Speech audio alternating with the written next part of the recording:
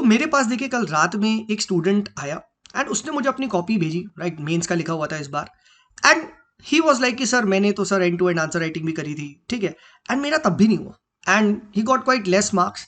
And उसने मुझे same एक टॉपर की भी कॉपी दिखाई, ठीक है, and he got some 830 plus marks in mains. And he was like sir देखो इसने तो एंड टू एंड नहीं लिखा है एंड ठीक है कैसे हो गया, है ना। And I really like such people जो कि एक चैलेंज थ्रो करते हैं, ठीक है। तो मैंने कहा यार चल भाई लेट्स डू एन एनालिसिस, तुम्हारी कॉपी एंड टॉपर की कॉपी दोनों को रखते हैं, ठीक है। एंड देन मैंने ये चीज देखा उसकी कॉपी में टॉपर की कॉपी में, एंड मैं आपको दिखाऊंगा। देखिए ये बहुत इंपॉर्टेंट है, जो लोग समझते नहीं है इस बात को, ठीक है, इस पर्टिकुलर वीडियो से समझ जाएंगे, ठीक है।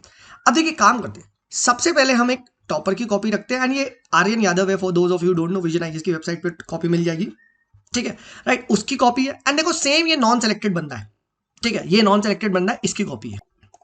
आप देख सकते हैं same question written by a topper, ठीक है, and this is the topper copy, ये रही ये वाली जो टॉपर कॉपी है, ठीक है, एंड ये वाली copy is from a non selected candidate, ठीक है, ये एक नॉन सेलेक्टेड कैंडिडेट है, ठीक है, right. Let me take a black to differentiate, ठीक है, फ्रॉम द ब्लू, ठीक है।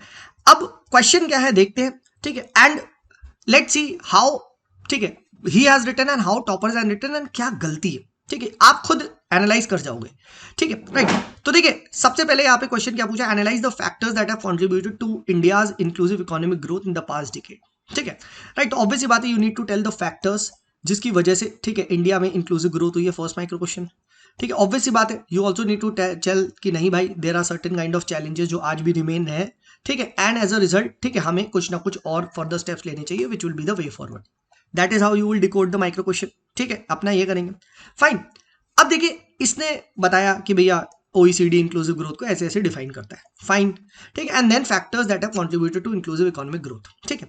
अब पॉलिटिकल फैक्टर्स बताया, ठीक है, राइट, क्या कि by state inclusive law making participation women reservation bill, ठीक है।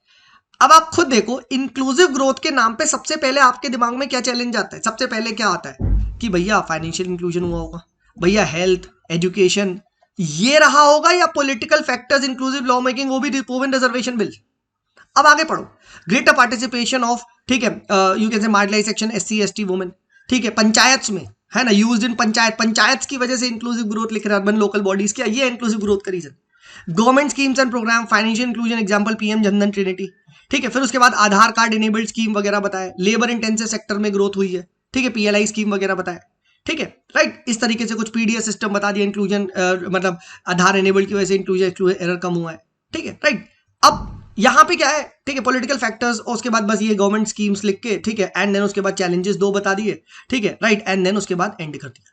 अगर आप ध्यान से देखोगे तो पहली बार नंबर ऑफ पॉइंट्स भी इसके कितने दिख रहे हैं, ठीक है, इसने लिखे 2 3 2 5 और 2 7 पॉइंट में एंड कर दिया, ठीक है, राइट। तो इसने कहा कि सर मैं तो देखो चैलेंजेस भी 2 बता दिए थे, ठीक है, but look at the quality of points जो इसने लिखे हैं एज कंपेयर टू अब टॉपर का पढ़ते हैं कि भैया UNDP डिफाइन करता है इंक्लूसिव ग्रोथ को, ठीक है, तो इसने भी यहाँ पे क्या UNDP का इंक्लूसिव ग्रोथ वगैरह बता दिया। And then look at key factors responsible financial inclusion data, addressing regional disparity aspirational district programme, high expansion of access to digital service UPI RuPay data, high access to credit promoting micro entrepreneurship PM Mudra debt example, differentiated banking Nachiket Mor committee, हाँ ना, payment bank health care scheme like PM Jandhan Yojana, 60.7% population food grain NFSA, है ना, various skill programme PMKVY skill India, creation of job make in India, ये हो गया। And then इसने सबका साथ सबका विकास एक कैची कंक्लूजन पे भी एंड कर दिया। 2 इसने चैलेंजेस एंड वे फॉरवर्ड नहीं लिखे। अब डिफरेंस देखा क्या है, बहुत बच्चे ये सोचते हैं कि सर सिर्फ एंड टू एंड कर दोगे हो जाएगा, नहीं दोस्त, क्वालिटी ऑफ पॉइंट्स कुछ मैटर नहीं करते। सबसे पहले इसके जो पॉइंट्स आप देखोगे वो इररेलेवेंट है, और I should say core and periphery में इसने पहले पेरिफेरियल पॉइंट्स लिखे, ठीक है, और ये पूरा अच्छे से लिखा भी नहीं गया है।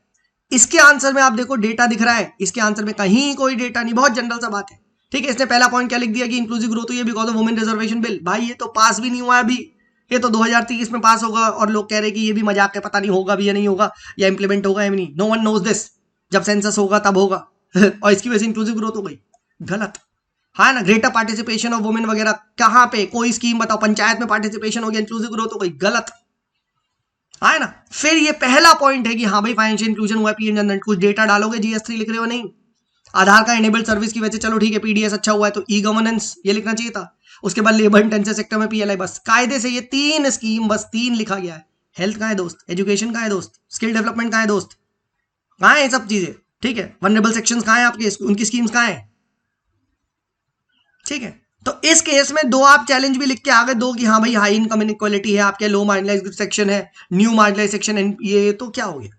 क्या आप चाहते हो कि इस चैलेंज की वजह से तुम्हें इससे ज्यादा नंबर मिल जाए? Are you serious? Not at all, not at all.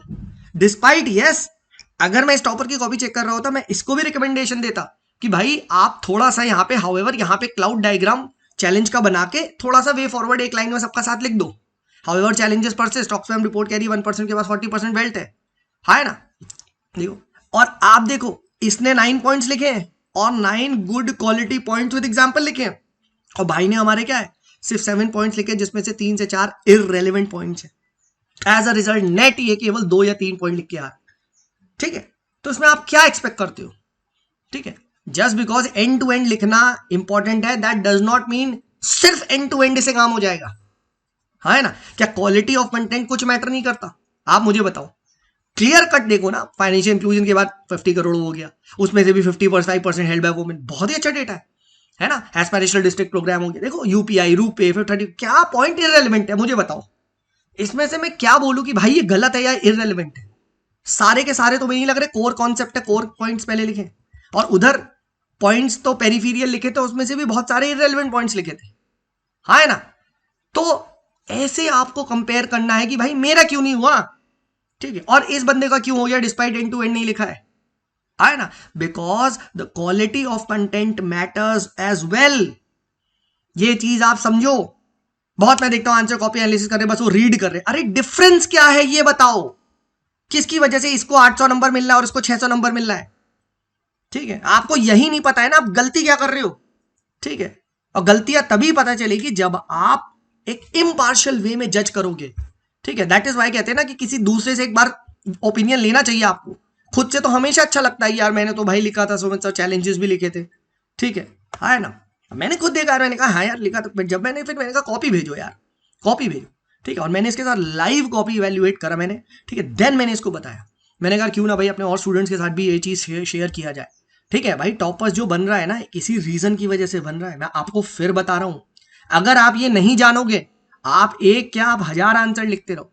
मेरे पास बहुत सारे मैसेज करते सर 700 आंसर लिखा था, 800 आंसर लिखा था, नहीं हुआ, ठीक है। वो इसीलिए नहीं हुआ क्योंकि आपने ब्लाइंडली लिखा, ठीक है। क्लियर कट मैंने इससे पूछा, मैंने कहा भाई तेरे नोट्स बने थे इस पर? बोला सर नोट्स तो ऐसा सच नहीं थे, बस थोड़ा बहुत पढ़ा था, अब बस, है ना। एग्जामिनर के लिए बहुत ईजी है भाई, जब वो ये चेक कर चुका है तो उसको ये पता है कि I am looking for all these datas, I am looking for all these committees जो आपके आंसर में नहीं है। It is as simple as that, है ना। दैट्स इट, ठीक है ना, ठीक है। बस यही चीज है। मेरे साथ तैयारी करना चाहते हो, right, so we have the mains mentorship program as well, ठीक है, right. PSR optional, PSR answer writing, ठीक है। और आप आ सकते हो आराम से, हम लोग कॉम्प्रिहेंसिव वे में मेंस की तैयारी करते हैं, ठीक है। एंड आई अश्योर यू आपको मजा आ जाएगा, ठीक है। चलिए, this is me Sumit signing off, bye bye.